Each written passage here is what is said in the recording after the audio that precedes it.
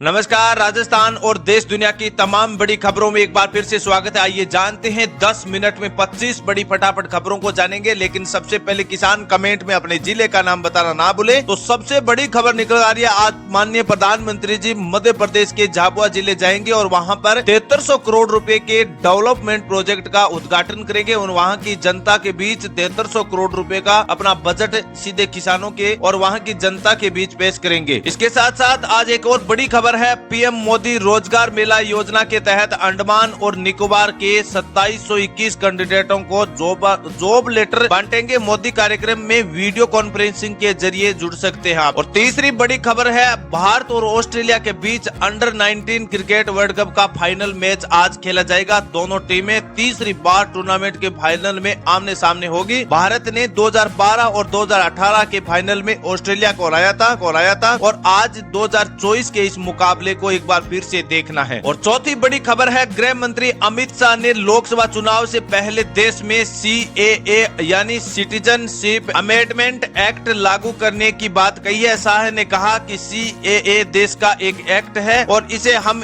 यकीनन नोटिफाई करेंगे। इसे लेकर कोई भी कंफ्यूजन नहीं होना चाहिए। शाह ने कहा कि ये कानून किसी भी नागरिकता को छीनने का अधिकार नहीं लेता है, क्योंकि इसमें ऐसा कोई भी प्रावधान ही नहीं है। तो CAA का कानून भारत में 2016 में पेश किया गया था। इसमें 1955 के कानून में कुछ बदलाव किया जाना था। ये बदलाव थे भारत के 3 मुस्लिम पड़ोसी देश बांग्लादेश, पाकिस्तान और अफगानिस्तान से आए हुए गैर मुस्लिमी शरणार्थियों को नागरिकता देना है। दिसंबर 2019 में राज्यसभा और लोकसभा से ये कानून दोनों पास हो चुके हैं। कांग्रेस, TMC समेत कई विपक्षी पार्टियों की ओर से राज्य सरकार पर इसका विरोध किया गया है। और पांचवी बड़ी खबर है, बजट स्तर के आखिरी दिन पीएम मोदी का संबोधन। सरकार की 5 उपलब्धियों के बारे में बताया। पिछले 5 साल के कार्यकाल की सभी 5 बड़ी उपलब्धियों के बारे में बताया है। प्रधानमंत्री नरेंद्र मोदी ने 17वीं लोकसभा के आखिरी स्तर को संबोधित किया। उन्होंने अपनी सरकार की 5 साल की उपलब्धियां गिनाई। इस दौरान जम्मू कश्मीर से धारा 370 हटाने की बात कही है, अंग्रेजों की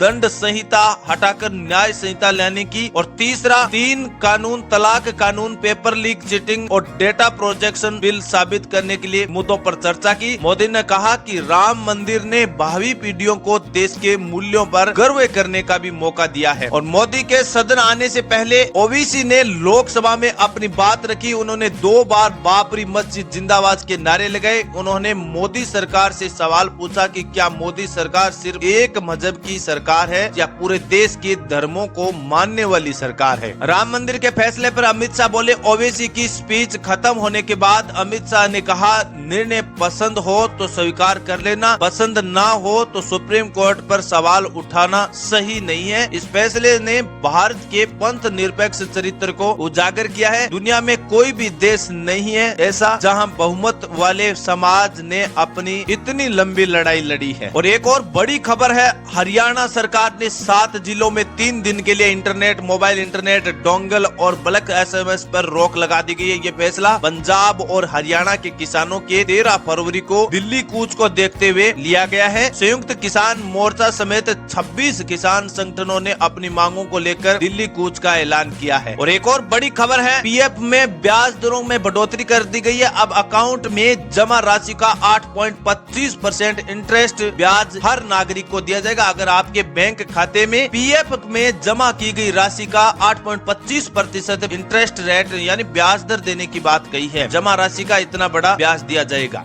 चलिए बड़ी खबर एक और जानते हैं। आम आदमी पार्टी ने पंजाब और चंडीगढ़ में कांग्रेस के साथ सीट शेयरिंग में इनकार कर दिया। आम आदमी पार्टी संयोजक अरविंद केजरीवाल ने लुधियाना की एक रैली में इसका ऐलान किया। और पंजाब में 13 और चंडीगढ़ में 1 लोकसभा सीट पर है। आम आदमी पार्टी 2 हफ्ते से सभी सीटों पर उम्मीदवार घोषित करने के लिए चर्चा कर रही है। और पाकिस्तान में नेशनल असेंबली और प्रांतीय चुनाव के नतीजे आ रहे हैं। यहाँ किसी भी पार्टी को बहुमत नहीं है। इमरान खान के समर्थक निर्दलीय उम्मीदवारों के साथ साथ सबसे आगे है और नवाज की पार्टी 72 सीटों के साथ दूसरे नंबर पर चल रही है। यहाँ पर दावा किया जा रहा है कि गठबंधन को लेकर नवाज शरीफ और बिलावल के पिता आसिफ अली जरदारी के बीच मुलाकात रद्द हो गई है। तो पाकिस्तान की 265 सीटों पर लोकसभा चुनाव होना है। पाकिस्तान की असेंबली में कुल 336 सीटें, इनमें से 265 सीटों पर चुनाव हुए हैं। एक सीट पर चुनाव टाल दिए गए, बाकी सीटें रिजर्व है। सरकार बनाने के लिए 134 सीटों की आवश्यकता होगी पूर्ण बहुमत के साथ। पाकिस्तान में मुख्य रूप से 3 पार्टियों के बीच मुकाबला चल रहा है। चलिए अगली खबर जानते हैं। पीएम किसान सम्मान निधि योजना की 16वीं किस्त को लेकर बड़ा बवाल चल रहा है। देश के सभी किसान इंतजार कर रहे हैं कि आखिर 16वीं किस्त का पैसा सभी किसानों के बैंक खातों में कब तक जारी किया जाएगा। इस चुनाव के चलते लोकसभा चुनाव नजदीक आते नजर आ रही है। ऐसी स्थिति में आज भी केंद्र सरकार की ओर से 16वीं किस्त का पैसा किसानों के बैंक खातों में अभी तक जारी नहीं हुआ है। तो इसका इंतजार खत्म करने के लिए मोदी सरकार ने पलटवार में बताया है कि 20 फरवरी से 1 मार्च के बीच सभी किसानों के बैंक खातों में 16वीं किस्त जल्द ही खातों में जारी कर दिया जाएगा। ये पैसा उन्हीं किसानों के बैंक खातों में आएगा जिन किसानों की ई-केवाईसी की प्रक्रिया पूर्ण है। और राजस्थान में पेंशन को लेकर अंतरिम बजट में भजनलाल सरकार ने बताया 1150 रूपए की पेंशन दी जाएगी। अब 1000 रूपए वाली पेंशन 1150 रूपए तक दी जाएगी। 150 रूपए की पेंशन में बढ़ोतरी की गई है। और राजस्थान में मातृत्व वंदना योजना के तहत कांग्रेस सरकार के काल में 5000 रूपए बच्चों के शिशु पोषण के लिए दिए जाते थे। अब सीएम भजनलाल सरकार ने मातृत्व वंदना पोषण योजना के तहत 6000 रूपए देने की बात इस नए बजट स्तर में बताई गई है। और राजस्थान में गोपाल क्रेडिट कार्ड योजना के तहत किसानों को अब सरकार की ओर से 1 लाख रुपए का लोन दिया जाएगा। पशुपालन के लिए सरकार 5 लाख से ज्यादा किसानों को गोपाल क्रेडिट कार्ड के जरिए लोन की सुविधा उपलब्ध करवाएगी। किसान गाय पालन के लिए 1 लाख रुपए तक का लोन आसानी से सरकार से बिना किसी गारंटी पर ले सकते हैं। और राजस्थान में बीपीएल और मध्यम वर्ग के किसान परिवारों के बच्चों को केजी से पीजी तक की मुफ्त शिक्षा देने की बात सीएम भजनलाल सरकार के नेतृत्व में की गई है। राजस्थान में विश्वकर्मा योजना के तहत 50,000 महिलाओं को फ्री सिलाई मशीन योजना का लाभ दिया जाएगा। इसका आवेदन अभी भी सरकार की ओर से चलाए जा रहे हैं। जल्द ही किसान ई मित्र और सीएससी पोर्टल पर जाकर फ्री सिलाई मशीन योजना के तहत आवेदन करवा सकते हैं। और राशन कार्ड की खाद्य सुरक्षा पोर्टल राजस्थान में जल्द शुरू की जाएगी। पिछले 4 सालों से राशन कार्ड पोर्टल बंद पड़ा है। इसके चलते अब जल्द ही राजस्थान में खाद्य सुरक्षा पोर्टल के तहत गरीब किसान परिवार जो आज भी राशन कार्ड की सुविधा से वंचित है वो सभी ऑनलाइन आवेदन करवा सकते हैं। तो ये थी राजस्थान और देश दुनिया की तमाम बड़ी खबरें इस वीडियो में डिस्कस किया है। इस प्रकार की लेटेस्ट खबरों के साथ एक बार फिर हाजिर होंगे। यहाँ खबरों का सिलसिला जारी रहता है। तमाम किसान चैनल पर जाकर भी सभी लेटेस्ट अपडेट की जानकारी ले सकते हैं। थैंक यू, धन्यवाद।